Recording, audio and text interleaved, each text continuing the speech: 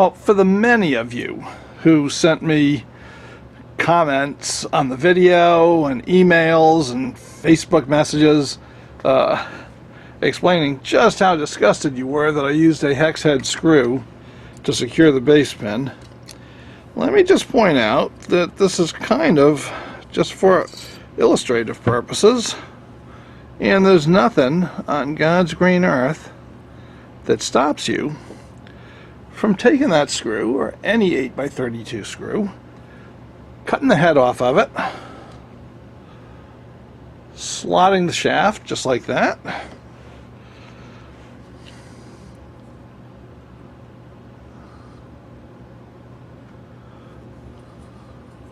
and then screwing that into the head of your base pin.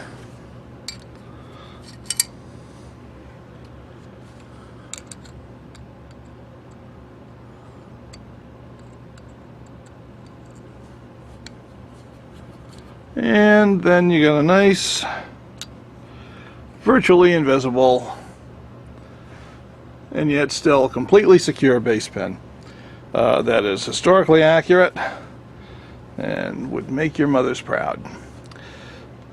So there's more than one way to skin a cat. Stop sending the messages, and now we'll get on with the rest of the project. Time to do the front sight on the Bulldog. Now, in the past, I would have taken the old front sight and remounted it on the shorter barrel. And there's a couple of ways you can do that. These are generally a press fit, so with a little bit of work you can pop it out. They're really not installed as well as they could be. So that's one way of doing it, is you can pop it out, take your drill press, drill a new hole up there, and then silver solder it in.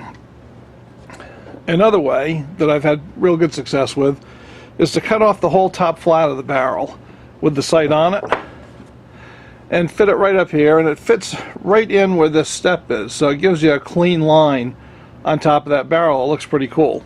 You have to silver solder it in. Another way is to cut out the sight by making this whole piece of barrel a dovetail. Just cut out all the steel, dovetail it. It's a male dovetail. You cut the female dovetail in the barrel, and off you go. So those are all ways I've done it in the past, but today I'm going to do something a little bit different. I've got this sight,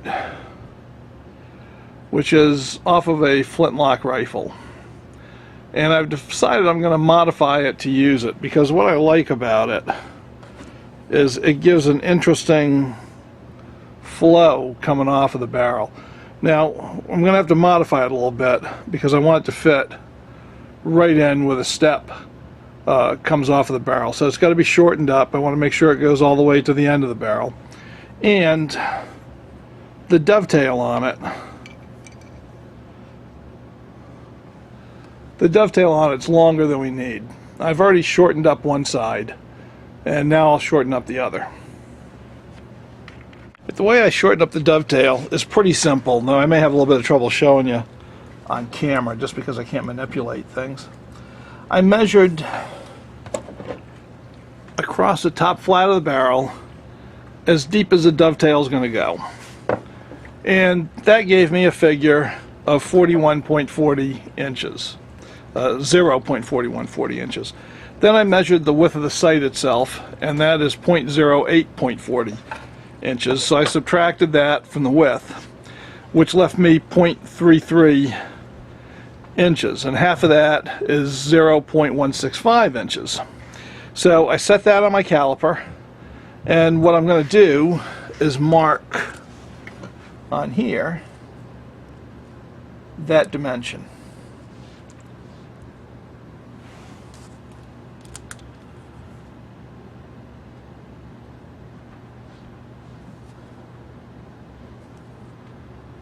And see if we got a marker that marks a little bit better. There we go. Alright, so the masking tape makes it easier for me to mark something that's a little bit hard to mark than just trying to write on plain steel, so that's why I use it. And now we just go cut it off. Well, for the next step, I made a little template, which is this. And this is the size of the barrel. And that square is where I'm going to have to cut my dovetail. And it also tells me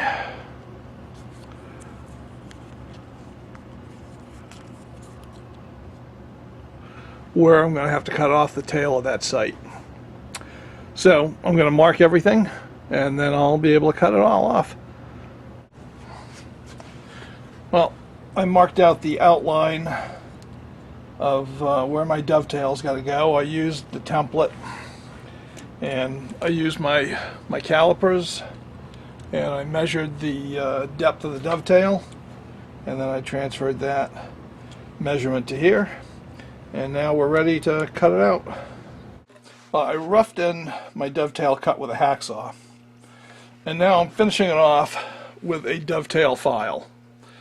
And if you're not familiar with these, this is a three-cornered file, but two of the sides have no teeth on them. They're safe. So just one side does the cutting. So right now I'm cutting the bottom, and I want to keep that pretty square. So what I'm trying to do is get down to the depth.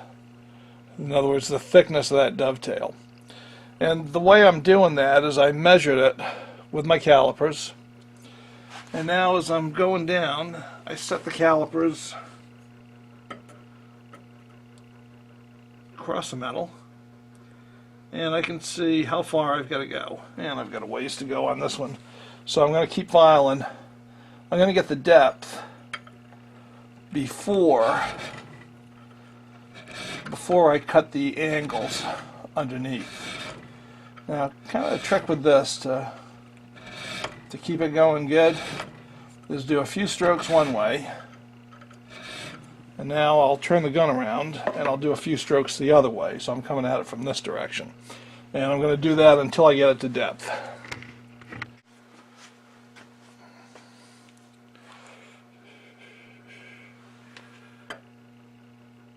Well, I've got the flat cut down where I need it. So now it's time to undercut the sides. And this is where the dovetail file comes in pretty handy. Like I said, it has two safe sides and one cutting side. So I'm going to use the cutting side now to undercut each of the dovetail areas. Now, you could make one of these, and I certainly did years ago, out of a regular triangular file that you get from the hardware. But the reason I like the Brownells file is because it's parallel sided. So I know I'm going to get a straight cut when I make my dovetails. I'm not going to have one side deeper than the other as long as I cut carefully. Now you can achieve the same thing with the tapered triangular files you get from the hardware store. It's just a little bit harder. You got to be a little more careful when you're making your cuts. If you're going to be doing much in the way of sight work or barrel tenons or anything that has to be dovetailed, these files are a very good investment. So I'm just going to start cutting the front. And it's cutting very nice. And once I get that cut, I'll cut the back and we'll pound it in. Alright, now I'll just tap it in place. I've got a brass punch here. And I'll just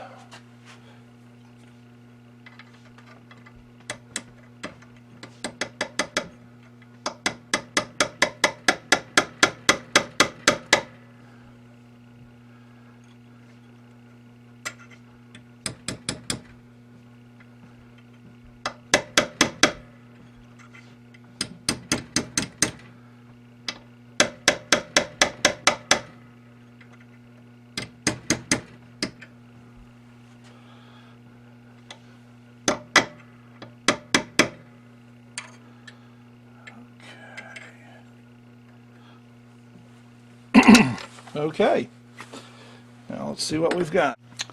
Well, the reason I used that particular flintlock sight is because I thought if I reversed it, I could get a really good flow coming off of the frame and give it a good streamlined look. And that worked out fine. I've got a little bit of overhang right here, and I'm going to just work that off, and then we're going to be done. Well, the front of the sight is filed to be even with the barrel. It's got a really nice profile, and it provides a good sight picture to boot. So all in all, pretty happy with it. At this point, we're about 90% done.